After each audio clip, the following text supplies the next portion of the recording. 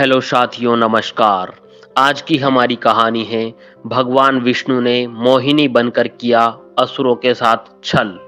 आइए सुनते हैं इस कहानी को। जब इंद्र दैत्यों के राजा बलि से युद्ध में हार गए, तब हताश और निराश हुए देवता ब्रह्मा जी को साथ लेकर श्री हरि विष्णु के आश्रय में गए और उनसे अपना स्वर्गलोक वापस पाने के लिए प्रार्थना करने लगे। श्री हरि विष्णु ने कहा कि आप सभी देवतागण दैत्यों से सुलह कर लें और उनका सहयोग पाकर मद्रांचल को मथानी तथा वासुकी नाग को रस्सी बनाकर क्षीर सागर का मंथन करें। समुद्र मंथन से जो अमृत प्राप्त होगा उसे पिलाकर मैं आप सभी देवताओं को अजर अमर कर दूंगा। तत्पश्चात ही देवता दैत्यों का विनाश करके पुनः स्वर्ग का आधिपत्य पा सकेंगे। देवताओं के राजा इंद्र दैत्यों के राजा बलि के पास गए और उनके समक्ष समुद्र मंथन का प्रस्ताव रखा और अमृत की बात बताई।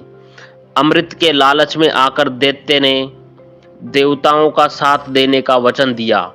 देवताओं और दैत्यों ने अपनी पूरी शक्ति लगाकर मद्रांचल पर्वत को उठाकर समुद्र तट पर लेकर जाने की चेष्टा की, लेकिन नहीं उठा पाए।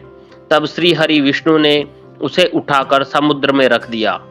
मद्रांचल को मथानी एवं वासुकी नाग की रस्सी बनाकर समुद्र मंथन का शुभ कार्य आरंभ हुआ। श्री हरि विष्णु की नजर मथानी पर पड़ी, जो कि अंदर की ओर धंसती चली जा रही थी।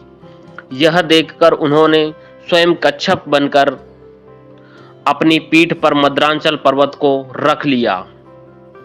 तत्पश्चात समुद्र मंथन से लक्ष्मी, कौस्तुभ, पारिजात, सुरा, धन्वंतरी, चंद्रमा, पुष्पक, ऐरावत, पांचजन्य, शंख, रंभा, कामधेनु, उच्चैश्रवा और अंत में अमृत कुंभ निकले, जिसे लेकर धन्वंतरी जी आए। उनके हाथों में अमृत कलश छीनकर दैत्य भागने लगे, ताकि देवताओं से पूर्व अमृत पान करके वे अमर हो जाएं। दैत्यों के बीच कलश के लिए झगड़ा शुरू हो गया और देवता हताश खड़े थे। श्री हरि विष्णु जी अति सुंदर नारी का रूप धारण करके देवता और दैत्यों के बीच पहुंच गए और उन्होंने अमृत को समान रूप से बांटने का प्रस्ताव रखा। दैत्यों ने मोहित होकर अमृत का कलश भगवान विष्णु को सौंप दिया। मोहिनी रूपधारी विष्णु ने कहा कि मैं जैसे भी विभाजन का कार्य करूं, चाहे वह उचित हो या अनुचित, तुम लोग बीच में बाधा उत्पन्न न करने का वचन दो, तभी मैं इस काम को करूंगी। सभी ने मोहिनी रूपी भगवान की बात मान ली।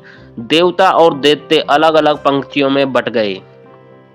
मोहिनी रूप धारण करके विष्णु ने छल से सारा अमृत देवताओं को पिला दिया, लेकिन इससे दैत्यों में भारी आक्रोश फैल गया।